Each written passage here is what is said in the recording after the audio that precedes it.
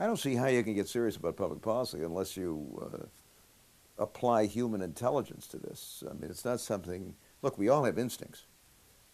Sometimes my instincts take me in the direction of pioneer, and sometimes they take me in the other direction. But you can't really do serious public policy work unless there's some basic intellectual and analytic foundation to what you're doing.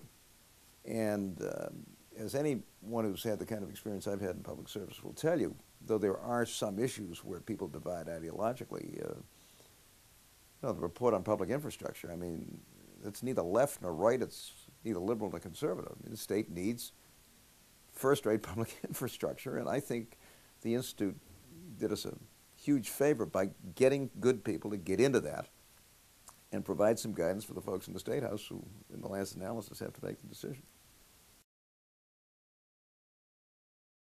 I read every report that comes out of the Institute. Now, sometimes I agree, sometimes I disagree, sometimes I agree in part, disagree in part. But I think it's enormously valuable.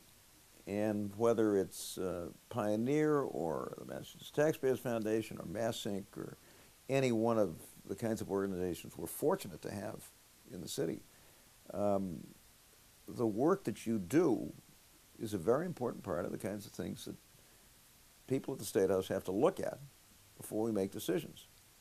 So I welcome this kind of thing. And at times it's changed my mind, at times it may not change my mind, but it's usually solid, well-grounded, and always worth reading and studying. That's the important thing. Well, let me say let me respond to the first question and then the second. Um, there's no question that we've been living through a period which I would date back to the election of President Reagan, and even before that, because obviously there was an intellectual foundation for what Reagan proposed that preceded him in office, which essentially said deregulate, um, reduce the involvement of government in things, and rely heavily on the marketplace. Now, I don't think it's any secret that I never bought into that, which doesn't mean that I think regulation is a wonderful thing, or that you ought to overregulate, or that the bigger the government is, the better life is. I don't. But I don't see how you can look at this state or this country or the world and not conclude, as we are now discovering painfully, that you've got to regulate financial institutions. Sorry, but you got to do that. You got to do it thoughtfully. You got to do it intelligently. But we're now experiencing the consequences of this notion that you can kind of get out of the way and let the financial industry do whatever it wants to do. And that's true in a variety of other areas. I mean, take healthcare. The marketplace does not work in healthcare. It works wonderfully in lots and lots of ways in a lot of what we do in this world, but the market doesn't work in healthcare. It just doesn't. I mean, it's got to be regulated. And in point of fact, we don't allow barbers to perform surgery anymore as they used to in the 19th century. I mean, if you're going to be a doctor, you've got to go through a rigorous course of study, licensing, relicensing. You're subject to discipline at the state level and so on and so forth. And frankly, I think as a result of this financial mess, that we're going to move back, and I think sensibly so, toward a balance between the market, which, to repeat, works extremely well in most cases, and sensible and thoughtful regulation. And I would hope that the Pioneer Institute and others would recognize that and, quite frankly, help us to regulate effectively and responsibly and well. But I think, and of course a lot of this depends on what happens in the election, but I think there's going to be a significant shift in that direction, and the important thing is not to overshift at the same time that we learn some lessons from this mess that we've created here. Now, what about politics? Look, American politics wasn't nice in 1789. I mean, people tend to forget that it was vicious. And in point of fact, the media, during the first decade or two or three of the history of the Republic, didn't even make a pretense of being objective. I mean, newspapers were boldly and openly partisan. Jefferson, I think, when he left the White House after 8 years, said that it was an enormous relief that he would not have to put up with the jackals of the press, who went after him not just because of his policies, but because of his personal life and his African-American mistress and all this kind of stuff. Nobody was more vilified in politics by the press and the opposition than Abraham Lincoln. It's one of the men survived his first presidency, and it's a measure of his greatness that he did. I think the difference today is electronic. It's not just that people go after you, but it's television, it's radio, it's print, it's now the internet, it's 24 hours around-the-clock stuff. And I don't know that it makes it impossible, but it means if you're a candidate, you have to be ready for that, something which I clearly was not in 1988, and led, among other things, to my demise in that election.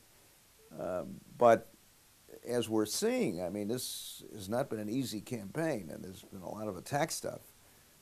And it's not pleasant, and it's not fun, and frankly, I don't think it lifts the public enterprise to the kinds of places that I would hope it would be. But if you're going to run for office, you're going to have to expect that, and you're going to have to act accordingly. And I hope and expect that we'll continue to elect good people, notwithstanding the fact that there's all this noise around. Of course, does that trend make it more important to have places like Pioneer, which are essentially outside of the politics and are focused more on the government? I think the answer is yes, although I don't want to kid you. I mean, in the heat of a campaign, the most objective, data-driven, research-based policy is going to have a tough time competing against automated attack robocalls and 30-second attack spots and this kind of stuff. And I would also say this, that because of all this noise, curiously, it puts a huge premium, in my judgment, on precinct-based grassroots organizing of a very basic and fundamental way, because one way that you can connect with people with good policy, without all that noise, is to knock on their doors and have a discussion. And if I'm a little obsessive about this, it's because that's the way I got elected until I forgot to do it in the fall of 1988. Interestingly enough, Obama really has taken that to a very new level, in my opinion, to his credit. And if he's successful, I think, at least I hope we'll see more candidates adopting that approach, even while they deal with this kind of attack stuff. But, you know, the best antidote to the attack stuff, in addition to the kind of grassroots organizing that I'm talking about, is facts.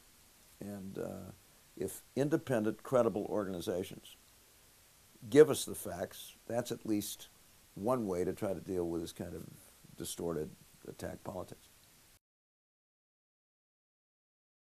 I don't think I agreed with it, but I thought the work the Institute did, this was many years ago, on welfare reform and our efforts to move, to help folks move from welfare to work was important. We all need plenty of guidance when it comes to how you deal with the ups and downs of the state's fiscal problems, most of which are not caused by the state, really, as much as they're caused by gyrations in the economic cycle. I mean, we're currently in trouble again. We've got a budget shortfall. Why? No fault of anybody at the state level, except that some of the work Pioneer has done has at least provided us with guidance on how you deal with this cyclical stuff. You don't spend it all, and quite frankly, you don't cut taxes drastically just because you have an uptick in revenues because of an improvement in the economic cycle. And I think Pioneer, among others, has said to us, hey, look, when you build a surplus, be careful, be conservative in the best sense of the word, pay down your debt, fund your pension system, and create a rainy day fund before you go off and start blowing it, either in the form of increased spending or tax cuts. And I think that's important advice, which I'd like to think the folks in the State House are listening to more now than we used to. And that's a good thing. Some of the best ideas that came to me when I was a legislator, or for that matter, governor, I got on the streetcar going to work. It's amazing how much you learn when you're riding the streetcar to the State House and back again. And a lot of the things that I did were the result of not so much a careful competition, but good citizens who had an idea came to me and said, hey, what do you think of this?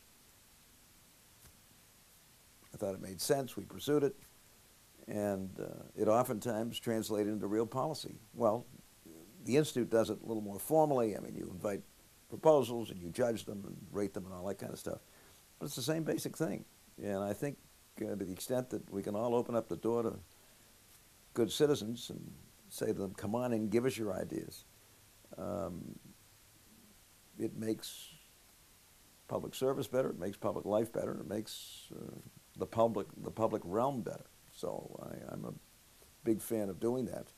And it really doesn't have to be somebody who's got a PhD in something. It can be somebody who's just a good citizen who has an idea. And you'd be surprised at the number of times those ideas translate into serious and effective policies. Yeah, no, look, you know, I found myself agreeing with Pioneer and disagreeing with Pioneer. The important thing is that you keep coming to us with ideas that are well-grounded, well-researched, and are worth considering. That's important, to be part of a public dialogue where we've got lots of differing points of view, but proposed by people who have the public interest at heart. And then it's up to the people that we elect to take these ideas and turn them into action if they make sense. But I'm all for this kind of dialogue and this kind of policy making.